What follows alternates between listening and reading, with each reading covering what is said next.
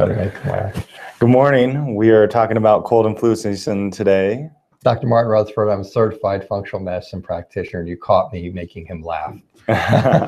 Dr. Randall Gates, board certified chiropractic neurologist, also a chiropractor. So today we're going to talk about cold and flu season. For those of you who are in parts of the world where it is becoming cold and flu season. We're in Reno, Nevada, here at the foot of the Sierra Mountains, and the weather forecast for tomorrow is windy, cool, rain in the valley, and snow at 7,000 feet. So it kind of struck us that cold and flu season is here. I'm sure it's here in many parts of the world. Some of you know we've had patients from the four corners of the world and all the areas of the country. So for those of you for who this applies, we've had questions as to what do you do during cold and flu season. Especially if you're on the program and we're telling you not to take all these herbs and botanicals and just take the ones that we're giving you. And so there's a couple of scenarios that Dr. Gates is going to go over with you. One will be a little bit more general, and one will be a little bit more specific, in that he won't be able to completely discuss the specifics because he needs to understand what's going on with you to discuss those specifics. So that's kind of how I understood. That's accurate. Okay. And it's an interesting time of year. This is probably the most challenging time of year to be a clinician these next Doing 6 months. Doing this type of work because most of our patients have autoimmune disease. Yeah. And so now we throw the wrench into the engine, so to speak, of people are getting sick. That exacerbates their autoimmune conditions. They get fatigue. Sometimes that can cause the autoimmune condition to flare up for a month or two. And people go on antibiotics, and we're in an intensive program to heal their intestines.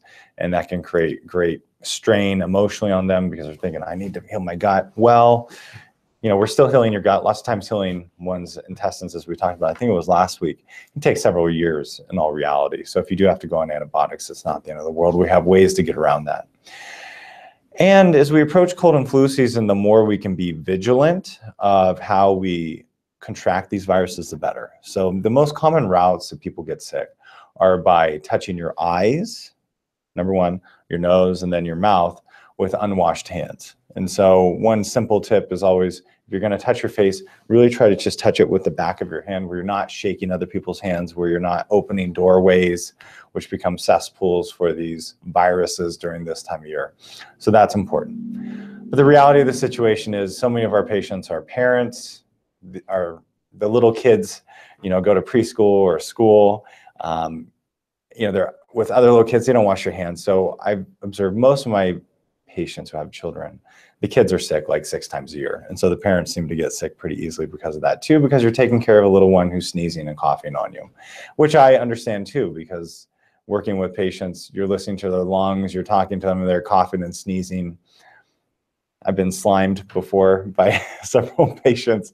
It's just part of the job. So, but with all that being said, if you do think you are starting to get sick or someone around you is sick, we do have a vitamin protocol that's, in our experience, been pretty effective for most of our autoimmune patients. The specificities that I can give you revolve around lysine, which is a natural antiviral amino acid, vitamin C, vitamin A, zinc. Those are the nuts and bolts of this antiviral vitamin combination. Now, we can't give you the specifics of it because if you're pregnant, for example, this isn't a good idea to take these vitamins. If you have kidney disease, we don't want to give you a bunch of vitamin C. So it's patient specific. So you really just have to call the front desk and say, okay, I think I'm getting sick. Ask Dr. Gates if I can take this protocol or not, or does he need to modify it? And so we're happy to do that. We've done that on several occasions. Yeah. Anything you want to add to that? You know, I do pretty well. You really do. For autoimmunity. For an autoimmune patient, you do fantastic. I get way more sick than you do. I have been sick 2 days that have caused me to miss work, probably like 5 years or something like that. Yeah, but you just don't seem to get sick that often. Right. So I was just going to say, I mean, you kind of have a sense of what you think may help. Now I take a lot of vitamin D for a reason. This is another one of those things that Dr. Gates says, don't go out now and take a ton of vitamin D, okay? But it's okay for me because my case warrants it. And so I, that probably helps. But for me, it really is more just being aware that it's cold and flu season. I slow things down. I just slow things down. I simplify my life. I mean, this is basic stuff. It may sound hokey. Don't think it's hokey. I make sure that I get to bed early enough so that when I wake up, I don't get out of bed until I'm like feeling like I'm ready to get out of bed. I mean, these things really help your immune system tremendously. Little things that might remind you of things to do that are unique to you. You'll notice I always wear sweaters. Maybe you don't notice that, but I always wear sweaters. I always have a sweater vest on.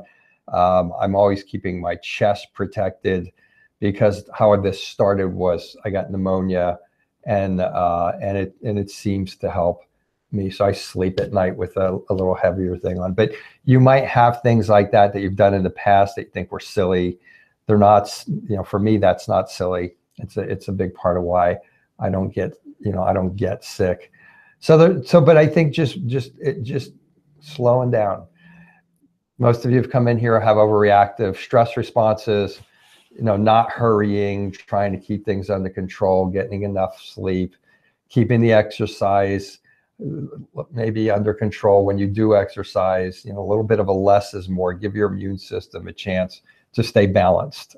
Okay, all these things that Dr. Cates talks to you about, get your immune system out of balance. And then, so that's kind of like, to me, that's the general background. And then for the rest is for the more specific types of procedures. If that doesn't work, then the procedures that Dr. Gates talked about are pretty effective, at least from my understanding. So yeah, I think that's good. I like the comment about slowing down. During summer months, everybody's just going. Yeah. Every weekend, people are busy. Slow down and simplify. I mean, it sounds weird, but you understand, we look at these things as a biochemical, physiological, immunological mechanism. We don't look at it as like, well, society says I got to do this. Well, society is what's killing us, part of it. So, sure. But yeah, the winter, and it's a little easier to slow down in the winter. It's dark earlier and stuff, but most people don't, and it really makes a difference. So, okay, so that's Key to Success. What number? 106. 106. All right, and we'll see you next week.